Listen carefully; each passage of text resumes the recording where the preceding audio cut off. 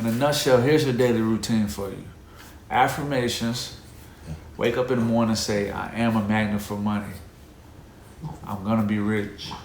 It's just a matter of time. I am a magnet of money. Opportunities come to me. Money comes to me.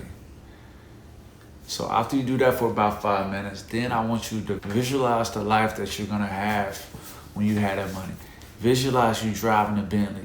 Visualize that big house and your kids running down the giant hallway, sliding in your Ford because you got marble floors.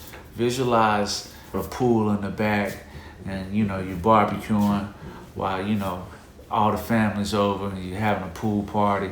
Visualize all the things you want, and not just visualize them, but actually feel it. Feel that pool. When you jump in that pool, how it's gonna feel.